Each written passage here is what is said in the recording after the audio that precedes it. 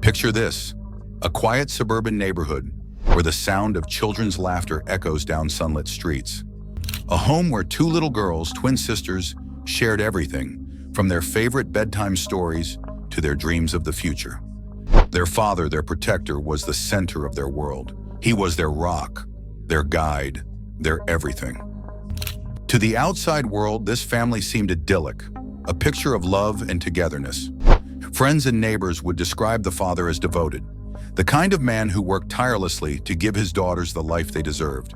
The girls were inseparable, their bond as unshakable as their bright smiles. It was a family that many envied, one that many would call perfect. But life has a way of shattering even the most beautiful illusions, because on one quiet evening, behind the walls of that seemingly happy home, a tragedy unfolded that no one could have predicted. A tragedy so incomprehensible, it would leave an entire community in shock. This was not an accident. It wasn't the result of an outside threat. The horror that took place that night came from within, a betrayal that could only be described as unimaginable. How does a man, a father, cross the line from love to destruction? How does he go from tucking his daughters into bed with bedtime stories to becoming the very reason they'll never wake up again? What could possibly drive a father to such a horrific act, to turn on the very children who called him their hero? Tonight we'll unravel every detail of this horrifying crime, from the life this family built together to the events leading up to the unthinkable, and finally, to the aftermath that shook everyone who knew them. What happened inside those walls? What secrets drove a father to destroy the very thing he was meant to protect? Welcome back to Echoes of Crime, where the past speaks and the truth demands to be heard. I'm honored to have you here as we delve into another gripping case. To my returning subscribers, thank you for your unwavering support. It means the world to me. If you're new here, don't forget to hit that subscribe button and turn on notifications so you'll never miss a story. Now let's dive in and uncover the echoes that refuse to be silenced. To understand how something so devastating could happen, we first have to step back in time, to when this family's life seemed picture perfect. It's a story that begins with hope, love, and joy, but one that would unravel in ways no one could have foreseen. John Daniels was a man who seemed to have it all: a devoted father, a loving husband, and a hard-working professional. He was known in his community as someone who always put his family first. Neighbors would often see him playing outside with his daughters, Emma and Olivia, identical twins with golden curls and endless laughter that filled the streets. The Daniels family lived in a charming, tree-lined suburb, a place where people left their doors unlocked, and everyone knew everyone. Their home, a modest but cozy two-story house, always seemed to radiate warmth. It was the kind of place where holiday decorations went up early and weekend barbecues brought neighbors together. Emma and Olivia were inseparable, the kind of twins who finished each other's sentences. At 8 years old, they were full of energy and curiosity. Emma loved to paint, often covering the dining room table with her colorful creations, while Olivia dreamed of becoming a veterinarian, spending hours playing with their family dog, Max. To the outside world, the Daniels family was everything a family should be: close, supportive, and full of love. Friends described John as a doting father who never missed a school play or a soccer game. To his daughters, he was more than just their dad, he was their hero. But as we now know, appearances can be deceiving. Beneath the surface of this idyllic family life, there were cracks, small at first, almost imperceptible, but growing steadily over time. John's co-workers noticed that he had become withdrawn in recent months. Once a man known for his humor and warmth, he had started avoiding conversations, keeping his head down, and leaving work early without explanation.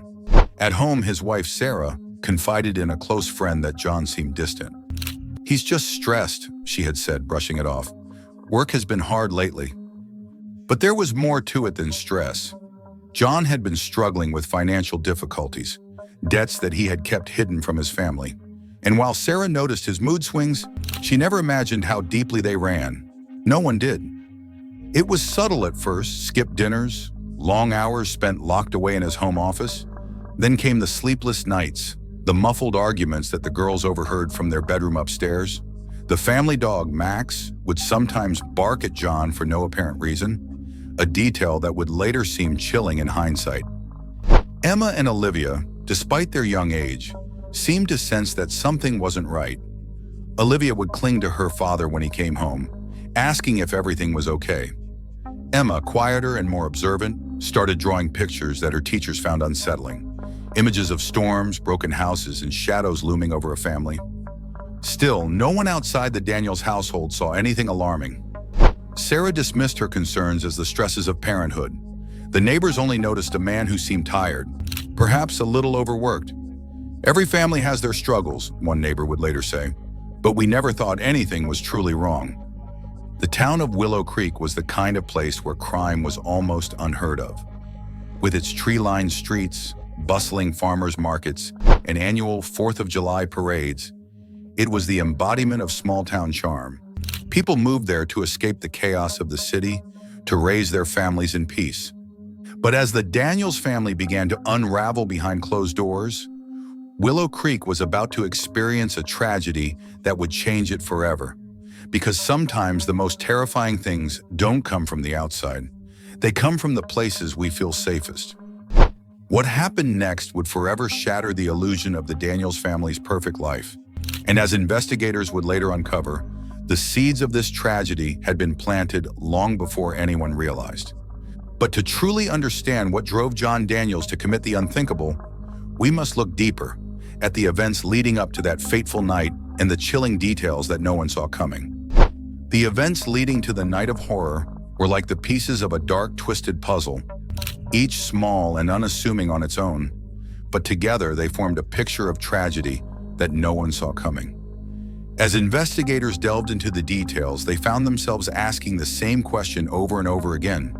Could this have been stopped? Emma and Olivia Daniels were the kind of children who made everyone smile. Identical in appearance but unique in personality, they were a perfect pair. At 8 years old, they embodied the innocence and joy that make childhood so fleetingly beautiful. Emma was the quieter of the two, often sitting for hours with her sketchbook, bringing her imagination to life with crayons and pencils. Her drawings, a mix of animals, family scenes, and fairy tale castles, often decorated the refrigerator and her bedroom walls. Olivia, on the other hand, was the adventurer. She loved climbing trees in their backyard, pretending she was an explorer on a grand quest, always dragging Emma along for her imaginative journeys. Despite their differences, the twins were inseparable. Teachers at their school described them as a unit, always looking out for one another. If one got hurt, the other cried, one teacher recalled. They were known for their giggles, their love of storytelling, and the way they always held hands as they walked to class. It was a bond that no one could break, or so it seemed. John Daniels was, by all accounts, a loving father. Friends described him as a man devoted to his family, often working late nights to provide for them. He was the kind of dad who coached his daughter's soccer team, who baked cookies with them on rainy afternoons, who made funny faces during their bedtime stories just to hear them laugh. But beneath the surface, John was a man on the brink. His co-workers had noticed the change first. Once jovial and hardworking, John had become withdrawn, skipping office social events and missing deadlines. He often seemed lost in thought, his desk cluttered with unopened bills and half-finished projects. At home, the cracks in his facade began to show. His wife, Sarah, confided to a friend that John had become irritable, snapping at the girls for small things like spilling milk or leaving toys on the floor. "It's not like him," she had said. "He's just under a lot of pressure right now." But the pressure was more than Sarah knew. John had accumulated massive debts from failed investments, a fact he kept hidden from everyone. And then there was the drinking. What started as a glass of whiskey after work to unwind soon became 2, then 3, until the bottles piled up in the trash. "It's just stress," he would say when Sarah questioned him. But in reality, it was his way of numbing the shame, the fear, and the crushing weight of his failures. The day leading up to the tragedy was unremarkable, almost hauntingly so. The twins spent the afternoon in the backyard, playing a game of hide and seek with their dog, Max. Sarah, busy in the kitchen, smiled as she watched them through the window. To anyone passing by, it looked like the picture of a happy family. But inside the house, John was unraveling. He had been pacing in his office for hours, staring at the growing pile of overdue bills. His thoughts were a chaotic swirl of anger, shame, and hopelessness. He felt trapped by his debts, by his failures, by the life he could no longer control. And as the sun began to set, something in him snapped. Later, Sarah would recall small, almost unnoticeable signs that something was wrong. The way John hugged the girls extra tightly before dinner. The way he lingered in the doorway of their bedroom as they got ready for bed. "I love you," he had said, his voice barely above a whisper. "Don't ever forget that." At the time, she thought he was just being sentimental. She didn't realize it was a goodbye. At 9:47 p.m., a frantic call came into the local police station. It was Sarah. Her voice was trembling, panicked. "You need to come right now," she said. "Something's wrong with John. He's locked himself in the girls' room, and I can't get in. Please, hurry." Then the line went dead. When officers arrived, the house was silent. The front door was unlocked, but there was no sign of anyone in the living room or kitchen. Upstairs, Sarah was pounding on the twins' bedroom door, screaming for John to open it, but there was no response, just an eerie, suffocating silence. When the police finally forced the door open, the scene inside was something they would never forget. Emma and Olivia were lying side by side on their beds, their hands still clasped together as if they were trying to comfort each other in their final moments. And John was sitting in the corner of the room, his head in his hands, muttering the same phrase over and over again. "I'm sorry. I'm so sorry." As investigators began piecing together the events of that night, they uncovered a series of disturbing clues. A neighbor reported seeing a strange car parked outside the Daniels' home earlier in the evening. "It just sat there," she said. "I thought maybe it was a delivery or something."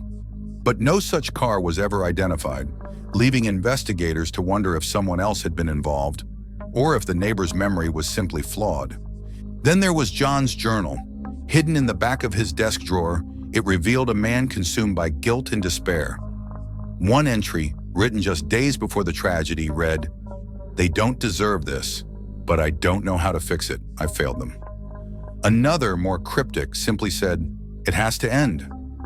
Friends and co-workers also came forward with unsettling stories. One co-worker recalled John asking strange questions about life insurance policies. Another mentioned overhearing him mutter, "Sometimes I think they'd be better off without me." But no one connected the dots until it was too late. The deeper investigators dug, the more questions they uncovered. Was this a crime of passion, or had John been planning it all along? What role, if any, did his financial troubles play? And most haunting of all, could someone have stopped this tragedy if they had only recognized the signs? The night of October 14th, 2017, will forever be etched into the memories of everyone who lived in Willow Creek. The quiet, peaceful town that once seemed untouchable was about to become the center of a tragedy so horrifying that even seasoned investigators struggled to comprehend its full scope. And as the truth of what happened in the Daniels household began to emerge, it became clear that this was no random act of violence. This was premeditated, deliberate, calculated. When officers finally broke down the door to the twins' bedroom, the silence was deafening. At first, the room seemed eerily normal. Two small beds neatly made, shelves lined with stuffed animals, a nightlight casting a soft glow across the walls. But then their eyes fell on the two small figures lying on the beds. Emma and Olivia were dressed in matching pajamas, their tiny hands clasped together as if they were holding on to each other for comfort. They were completely still, too still. Their faces were pale, their lips slightly blue, and the officers immediately knew that they were gone. The room, once filled with the sounds of their laughter and playful chatter, had become a place of unspeakable tragedy. In the corner of the room sat John Daniels, his back pressed against the wall, his head in his hands. He was muttering something under his breath, his voice trembling and barely audible. "I didn't want to," he said over and over. "I didn't want to hurt them." But the scene around him told a different story. The cause of death was clear. Investigators found a nearly empty bottle of prescription sleeping pills on the bedside table, along with 2 glasses of half-drunk milk. The toxicology reports would later confirm that John had crushed the pills and mixed them into the girls' drinks, ensuring they would fall into a deep, irreversible sleep. But that wasn't all. In a chilling twist, autopsy results revealed evidence of asphyxiation. John hadn't just drugged his daughters, he had suffocated them as they lay unconscious, pressing a pillow over their faces until there was no life left in them. It was a final, brutal act that turned an already horrifying crime into something even more incomprehensible. While officers were processing the scene, Sarah Daniels stood frozen in the hallway, her screams echoing through the house. She had been the one to call 911, desperate to save her daughters, but she was too late. She collapsed to her knees, clutching a family photo she had grabbed from the living room, her voice breaking as she sobbed. Why? Why would he do this? Sarah's testimony would later reveal crucial details about the hours leading up to the crime. She had noticed John acting strangely all day, pacing the house and avoiding eye contact. At dinner, he barely touched his food, his hands trembling as he poured the girls their drinks. "I should have known something was wrong," Sarah would later say through tears. "But I didn't think, how could I think he would do something like this?" As officers searched the house for more evidence, they discovered a note on John's desk in his home office. Written in shaky handwriting, it read, "I failed them. I failed all of you. I couldn't keep us afloat, and now it's too late. They deserve better, and I hope they'll forgive me." The note was stained with what appeared to be tears, the ink smudged in places where John's hand had trembled as he wrote. But the note didn't answer the question everyone was asking. Why? Why would a father do this to his own daughters? And why now? Investigators knew there had to be more to the story, and as they continued to dig, they uncovered a series of chilling revelations that would leave the entire community reeling. John was taken into custody that night without resistance. In his initial interview with detectives, he appeared detached, almost eerily calm. But as the hours went on, his demeanor shifted. He began to cry, his hands shaking as he recounted the events of the evening. "I didn't want them to suffer," he said, his voice cracking. "I thought this was the only way to protect them. The debt collectors, the threats, they said they would hurt them if I didn't pay. I couldn't let that happen." At first, detectives thought this might explain John's actions, until they realized that no such threats had been made. There were no records of harassing phone calls, no evidence of anyone targeting the family. It became clear that John's fears were entirely in his head, a product of the paranoia and desperation that had consumed him in the months leading up to the tragedy. As investigators combed through John's journal, they found entry after entry detailing his descent into despair. He wrote about the mounting debt, the shame he felt for hiding it from his family, and his growing belief that the only way to fix the situation was to end it all. But the most disturbing entries were the ones about the girls. "They deserve better than this world," one entry read. "Better than a father who can't protect them." Another, written just days before the crime, said, "I can't let them grow up in a world where I've already failed them." The entries painted a picture of a man who had convinced himself that his actions, no matter how horrific, were somehow an act of love, a twisted, delusional form of protection. As news of the crime spread, the town of Willow Creek was thrown into a state of shock. Candlelight vigils were held outside the Daniels home, with neighbors and friends leaving flowers, stuffed animals, and handwritten notes on the front lawn. One note, written in a child's handwriting, simply said, "We'll miss you, Emma and Olivia." Another read, "Why, John? Why?" The tragedy became the subject of endless speculation and debate. How could a father do this? Could someone have seen the warning signs? And most hauntingly, could the girls have been saved? The night of October 14th ended with 2 lives lost and a family shattered. But even as the investigation brought some answers, it also left behind countless questions that would haunt the Daniels family, their friends, and their community for years to come. When the dust settled and the full scope of the tragedy was revealed, the small town of Willow Creek was left in a state of shock. 2 innocent lives had been taken, a family destroyed, and a community forever scarred. But the aftermath of this horrific event was far from straightforward. What happened next revealed a series of chilling truths and raised even more questions. In the days following the crime, John Daniels was formally charged with 2 counts of first-degree murder. His arrest was swift and uncontested, but his mental state became a central focus of the investigation. During his initial hearings, John appeared vacant, as though he were only partially present. Courtroom witnesses described him as a man lost in his own mind, his eyes unfocused, his hands trembling as he answered the judge's questions.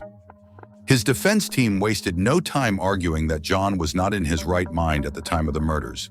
They claimed he suffered from severe depression, compounded by financial stress and undiagnosed paranoia. They called upon psychologists who testified that John exhibited symptoms of delusional thinking in the months leading up to the crime. The prosecution, however, painted a very different picture.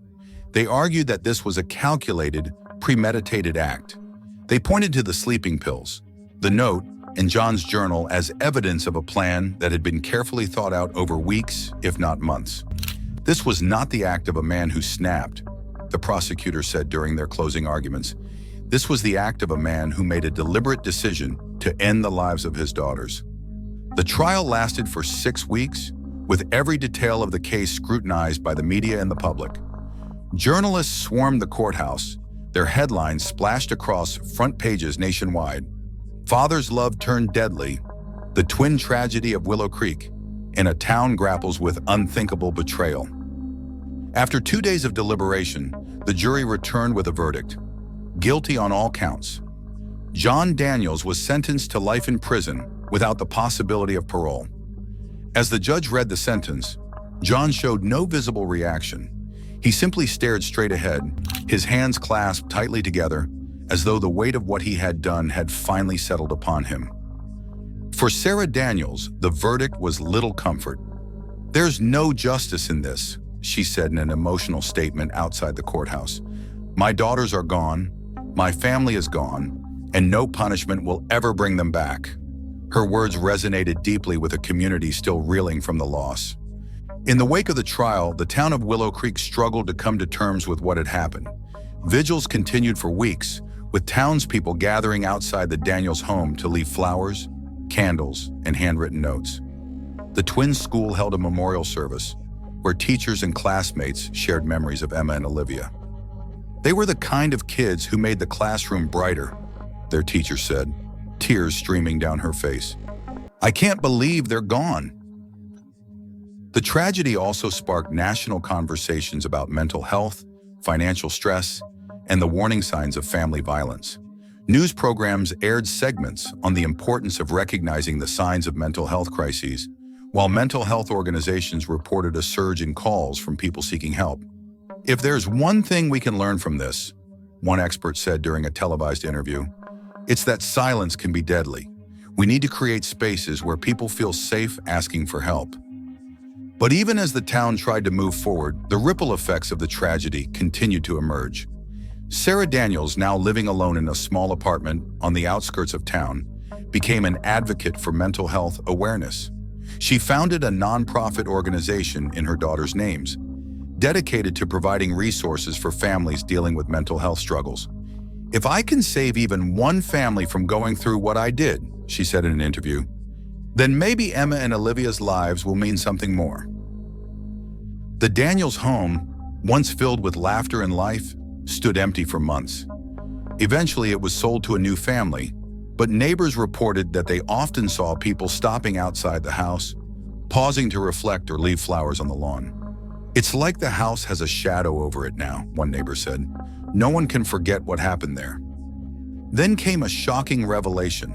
A forensic accountant hired by the prosecution during the trial discovered that John had been attempting to take out a new life insurance policy just weeks before the murders.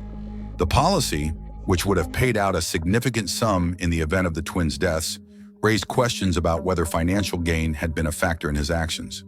While the policy was never finalized, the discovery added a chilling layer to an already horrifying case. The story of Emma and Olivia Daniels became one of the most infamous true crime cases in modern history. Documentaries, books, and podcasts dissected every aspect of the tragedy, from John's mental state to the societal pressures that may have contributed to his actions. But for all the analysis and speculation, some questions remain unanswered. Could this tragedy have been prevented if John had received help earlier? Were there warning signs that those around him missed or chose to ignore? And most hauntingly, did John truly believe he was protecting his daughters? Or was this simply the act of a man consumed by his own failures? As time went on, the town of Willow Creek began to heal, but the memory of that night lingered like a ghost. The tragedy of Emma and Olivia Daniels was a reminder of how fragile life can be, and how even the people we trust most can sometimes be hiding the darkest secrets. The story of Emma and Olivia Daniels is one that will haunt anyone who hears it. It's a story of unimaginable betrayal, of innocence lost, and of the darkest depths of the human soul. But it's also a story that raises questions about mental health, about the unseen struggles people face, and about how we, as a society, respond to those cries for help. Do you think justice was truly served? Was John Daniels a cold, calculating murderer? Or was he a man driven to the edge by a perfect storm of circumstances that might have been preventable if someone had intervened sooner? Could more have been done to save Emma and Olivia? Or were they doomed by forces beyond anyone's control? Let us know your thoughts in the comments below. Do you see this as a case of justice, tragedy, or something far more complex? Your voice matters in this conversation. If this story shook you to your core, just wait until you hear what we're covering next week. We'll be diving into another chilling tale of betrayal and horror, one that involves a missing child, a seemingly perfect family, and a dark secret that was buried for decades. You won't want to miss it. Make sure to like and hit that subscribe button. Also, turn on the notification bell so you'll be the first to know when our next episode drops. These stories aren't just about crime. They're about the human stories behind the headlines, the questions they leave unanswered, and the lessons we can learn from even the darkest moments.